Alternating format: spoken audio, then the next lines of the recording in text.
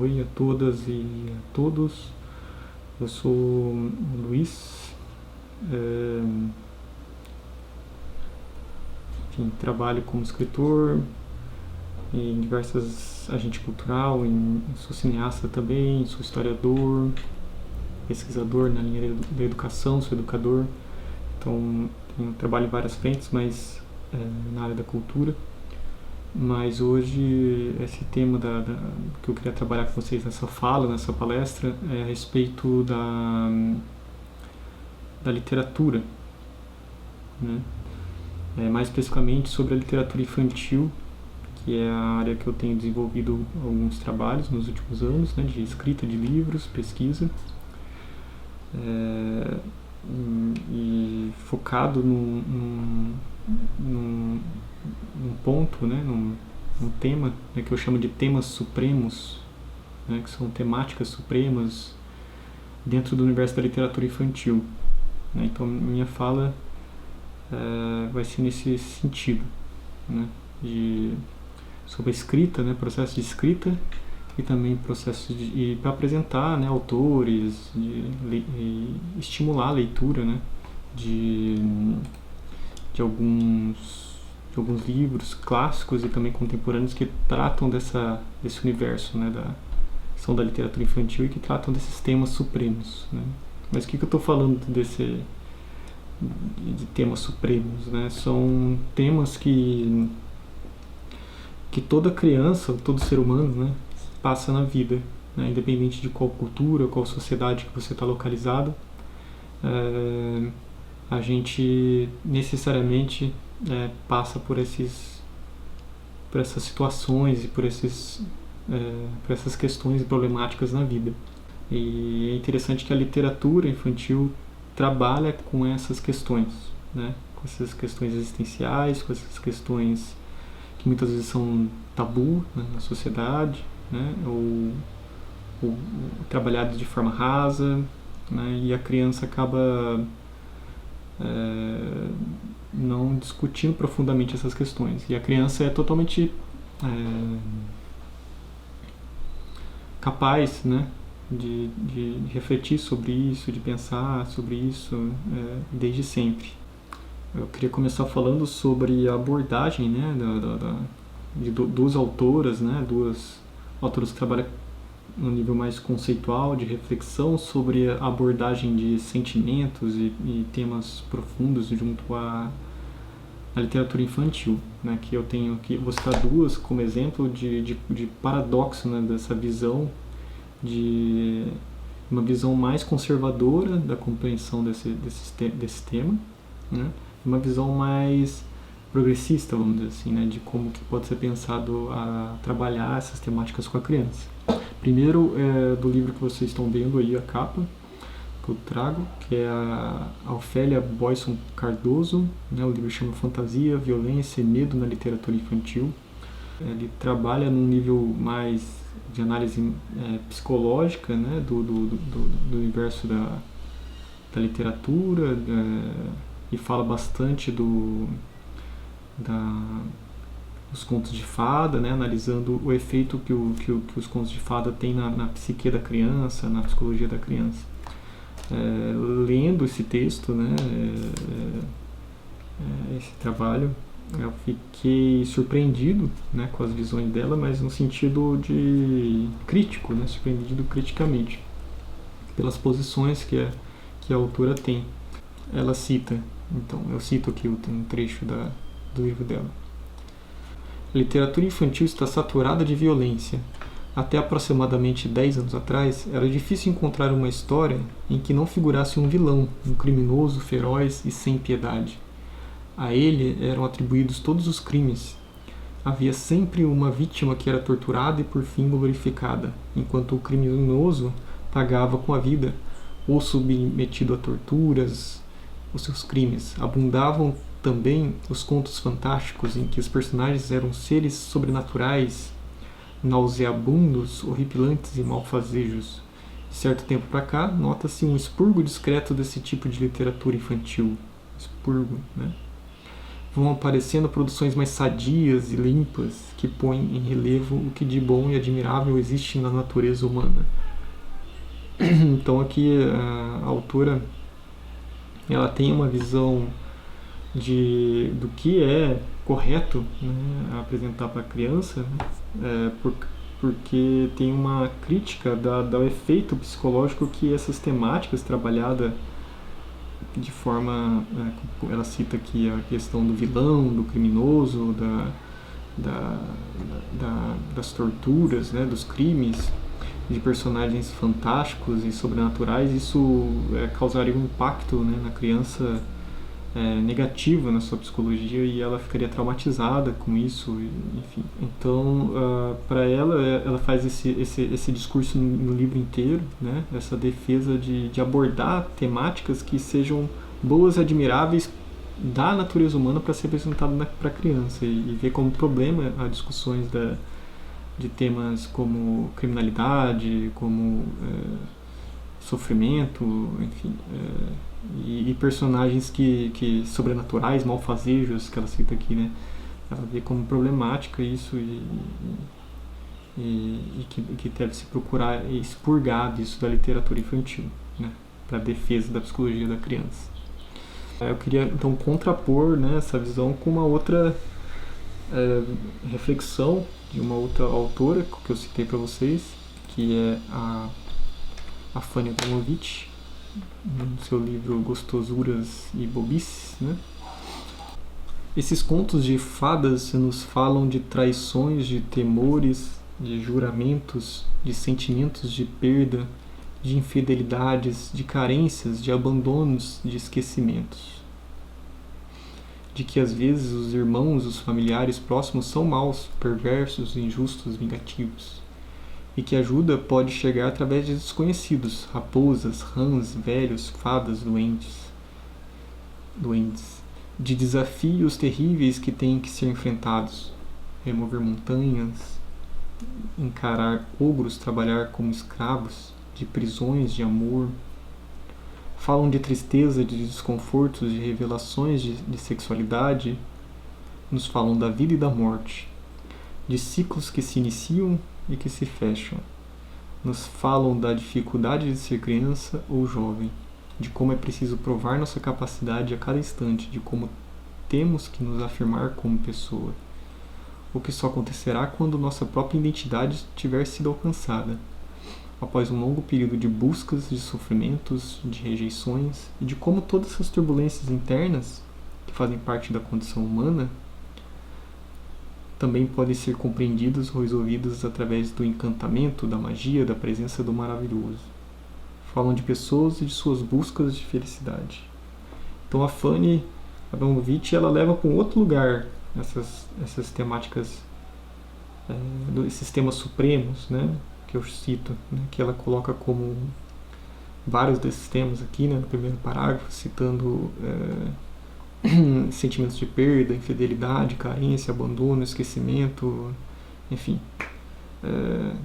morte, vida, né, amor, sexualidade, são temas que todas as crianças passam e passarão.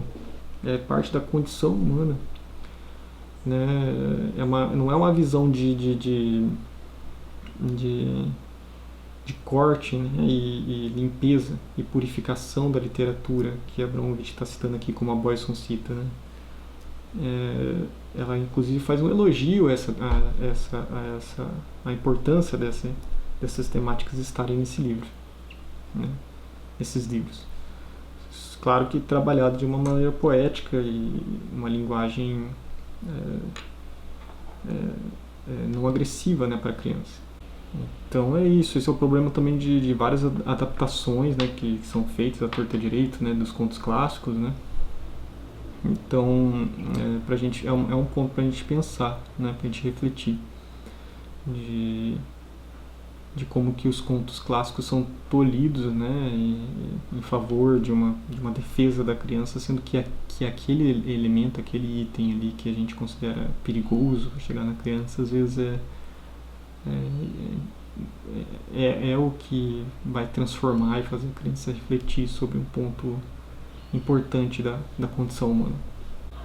todos nós temos coisas em comum, né? Sentimentos em comum, situações existenciais em comum. É muito interessante a gente pensar nisso. E esses temas existenciais, por que existem? Né? Por que existem coisas em comum a gente? Né? Por que todo ser humano sente medo, por exemplo? Né? Por que todo ser humano sente angústia? Né? Onde que fica localizado isso no campo, no corpo humano, né? No sentimento humano? Onde que está localizado? Está localizado no sentimento? Está localizado na mente? Né? Por que a gente tem esses padrões de sentimento? Né? Ou seja, por mais que a gente seja diferente, múltiplo, né? Diverso, a gente tem coisas que nos unem enquanto humanidade, ou seja, é isso que a gente pode chamar de condição humana, né? E quais são esses elementos universais, né, que nos mantêm como únicos, né? Então é isso, a gente tem que fazer um elogio à diversidade, à multiplicidade e escrever sobre essas questões da diversidade, mas também lembrar que os temas existenciais, eles passam por todos nós, né? Então, por mais que diversos que nós somos, a gente também tem questões que nos unem, né? Então tem esse contraponto, né? Tem um contraponto do elogio extremo à multiplicidade, né? Que elimina quem nós somos, né? Quem a criança é no nível da unidade, da condição humana, né? Só fica no discurso da multiplicidade.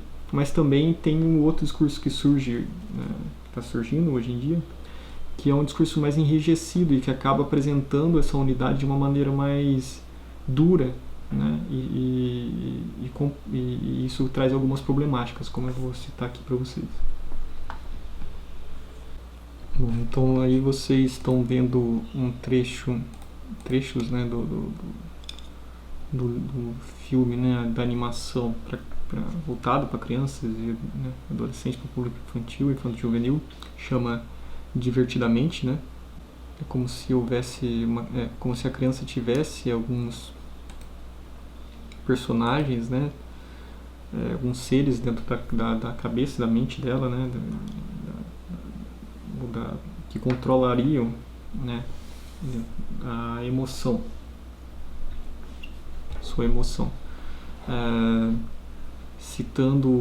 Colocando alguns personagens, né, separando alguns personagens por graus de emoção diferentes. Né?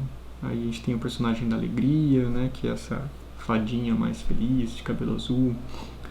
A gente tem o personagem da raiva, né, que é esse vermelho, do medo, que é essa azul, enfim. Tem o personagem verde e o personagem roxo também. Então cada um representa um sentimento, um personagem, cada um representa uma cor, representaria esse sentimento também. Isso também aparece na obra Quando Me Sinto, né? Que é uma coleção, na verdade, uma coleção de livros escritos pelo James Smith, né? Que ele segue o mesmo padrão de cores, o mesmo padrão separa as obras, né, por sentimentos da criança. Então aqui temos o feliz, a raiva, o triste e o medo, né? Então a raiva seria vermelho e teria essa expressão no rosto, né? O feliz seria amarelo, a tristeza seria azul, né? E o medo esse roxo, né? Com essas expressões. E cada um desses livros trabalham esse tema, né? Com essa paleta de cores, com essas expressões, né? Aqui é o livro da tristeza que eu estou mostrando para vocês. Ele tem essa intenção, né, com esse foco, né, de uma educação emocional. Assim, tem uma importância essas obras, né, para apresentar para as crianças, das crianças reconhecerem, né, esse sentimento que todos nós passamos, né, de dar nome a alguns determinados sentimentos, né, universais, vamos dizer assim. Mas é engraçado como tanto Divertidamente quanto eles mantêm o mesmo padrão de expressão, né? E de cor, de paleta de cores. De onde vem isso, né? De que a raiva tem essa cara, tem essa cor, né? O medo tem essa cor, a tristeza é azul, enfim. Essas duas, a base dessas obras do James Smith como do Divertidamente é de uma filosofia específica, né? Do Paul Ekman, né? Paul Ekman é um psicólogo americano que escreveu o livro que eu estou mostrando aí a capa para vocês, A Linguagem das Emoções, né? Onde ele fez uma pesquisa, né? Sobre que haveria padrões de emoção na humanidade, independente de qual cultura que você faz parte. Ele fez um estudo na expressão dos povos originários, né, os aborígenes de Papua Nova Guiné, e comparou com as expressões nossas, né, dos indivíduos mais urbanos, enfim, e fez uma comparação de quais músculos são ativados do nosso rosto, né, a partir da expressão emocional, e compreendeu, né, fez um estudo que existe padrões de repetição nesse display facial, né, nossa expressão facial, né, então existiriam padrões de sentimento, né, universais. São 7 grandes expressões, né, contando com a expressão neutra também, né,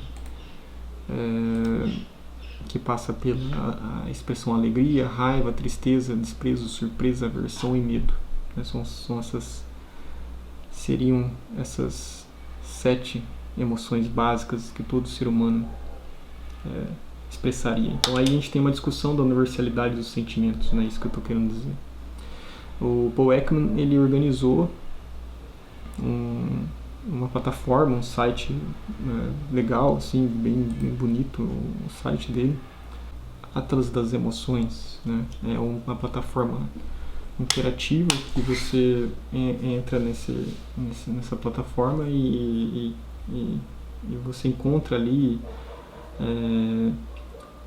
definições do que são esses 5 sentimentos centrais, que tirando o neutro, né? Enfim, ele define como a base 5 sentimentos, na verdade, aqui nesse Atlas das Emoções. É interessante notar que nesse Atlas das Emoções ele propõe algumas cores, né, para esses sentimentos, né?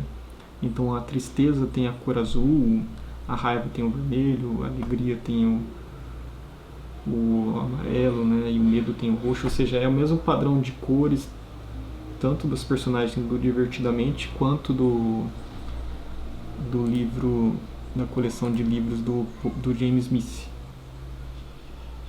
E aí a gente percebe que o estudo base do James Smith e do Divertidamente é a filosofia, né, a psicologia desenvolvida pelo Paul Ekman, né, a psicologia é interessante isso, são livros, são obras artísticas, tanto Divertidamente quanto o James Smith são obras importantes, né, para a educação emocional da criança, para a criança reconhecer e dar nome para alguns sentimentos, saber lidar com aquilo, né. A proposta do Paul Ekman também é essa, né, de a gente saber localizar esses sentimentos da gente, saber compreender, por isso que tá ligado com a educação emocional, né, que vai influenciar então essas obras e tantas outras obras, né, e caminhos da educação, nesse sentido da educação emocional. Mas eu acabo vendo muito como um enrijecimento da multiplicidade de sentimento mesmo, né? Então, todo ser humano, quais são os sentimentos universais, né? E será que expressar dessa maneira, né, os sentimentos tão definidos assim, nos ajuda a compreender a complexidade de sentimentos que nós temos, né? É uma pergunta que eu faço, né? ou a gente encaixota os sentimentos, o sentimento tristeza é dessa cor e tem essa expressão, né? É nessa situação. Não me parece que há um enquadramento do sentimento, um enquadramento em demasia do sentimento. Aqui a gente tem uma outra obra, né, o Monstro das Cores, de Anna Lenas, né? Não sei se assim se fala, Lenas. Um livro muito bonito esteticamente, né? Então o monstro ele tá com os sentimentos todo bagunçado dentro dele, vamos dizer assim, né? Todo colorido, todo pintado, né? E aí a menininha fala: você está enrolado de novo? Você nunca aprende, né? E essa bagunça de emoções, a menina ela sugere colocar as emoções em potes, né? Cada uma dos potes. E aí ele vai colocando, né?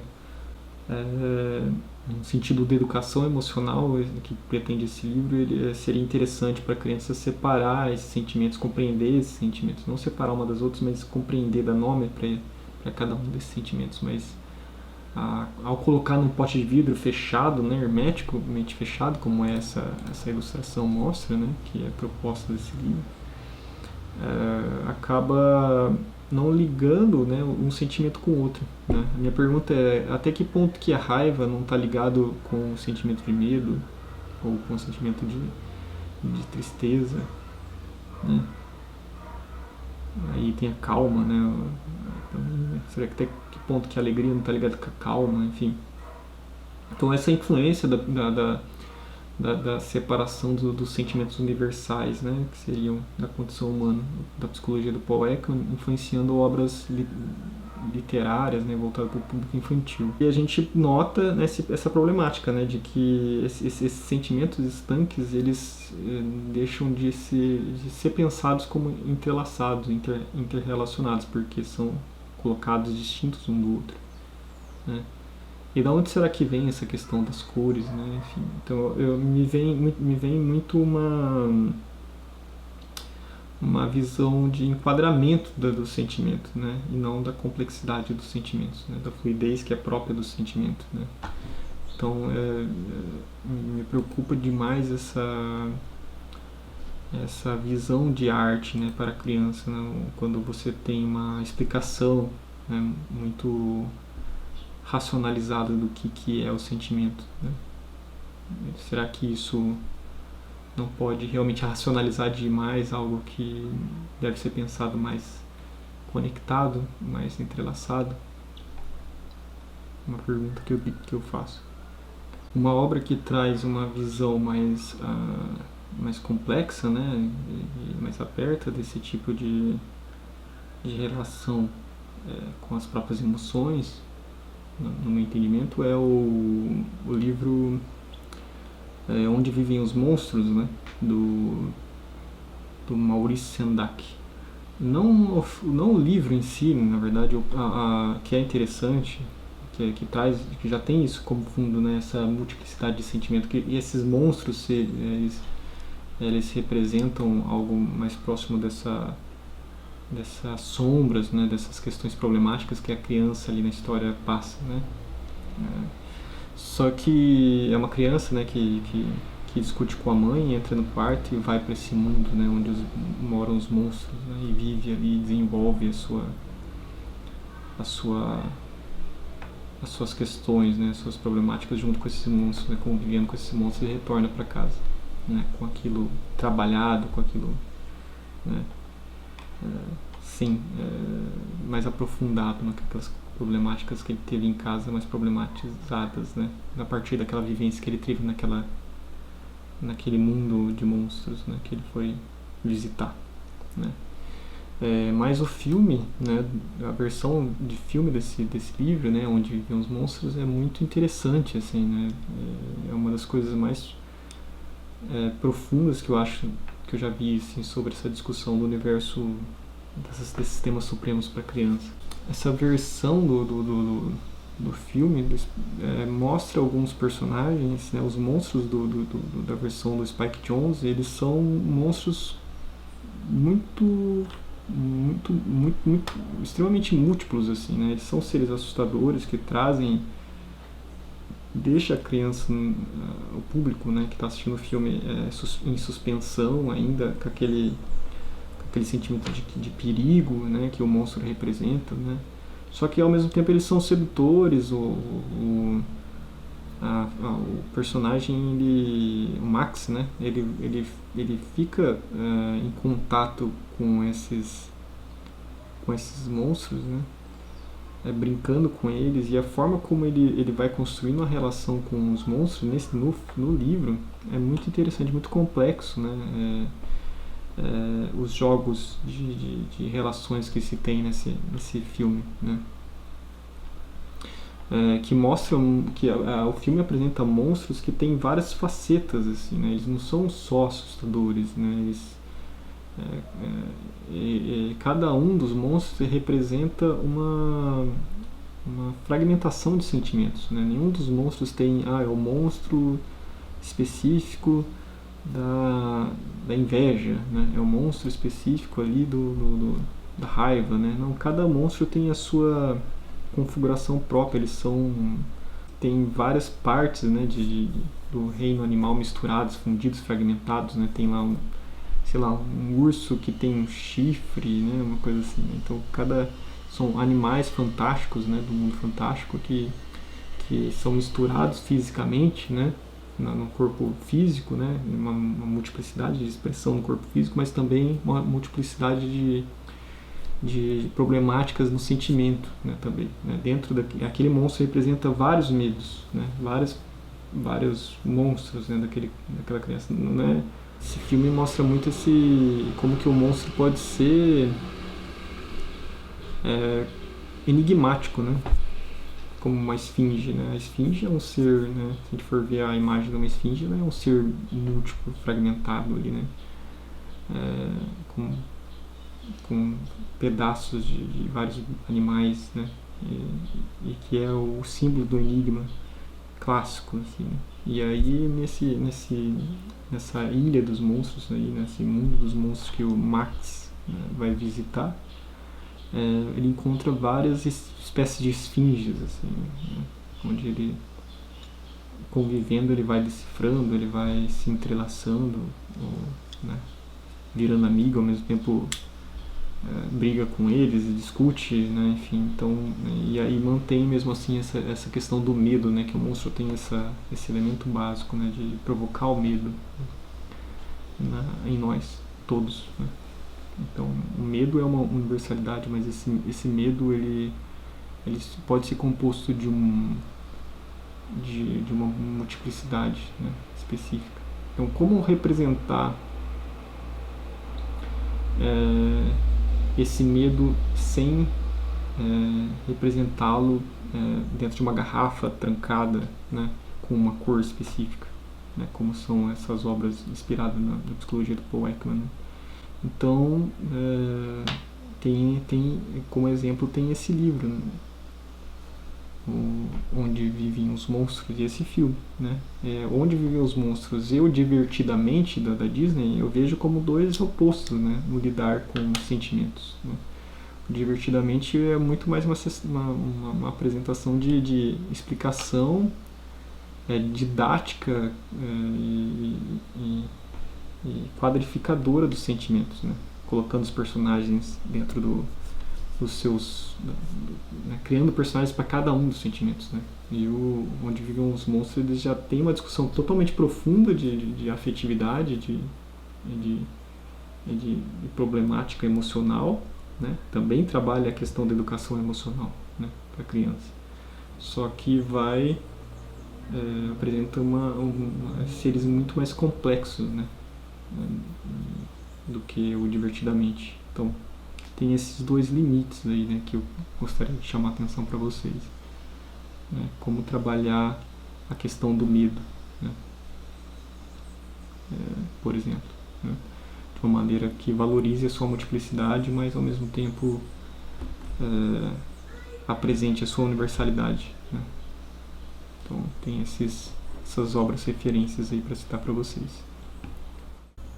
Então agradeço a oportunidade de estar colocando as minhas ideias. Vou deixar no vídeo o nome das obras que eu citei, né, para que as pessoas, o nome da obra e o autor, né, para que as pessoas tenham isso organizado, sistematizado, para ficar mais fácil para quem se interessou por essa pesquisa ou queira conhecer alguma das obras. Então, um abraço, até mais.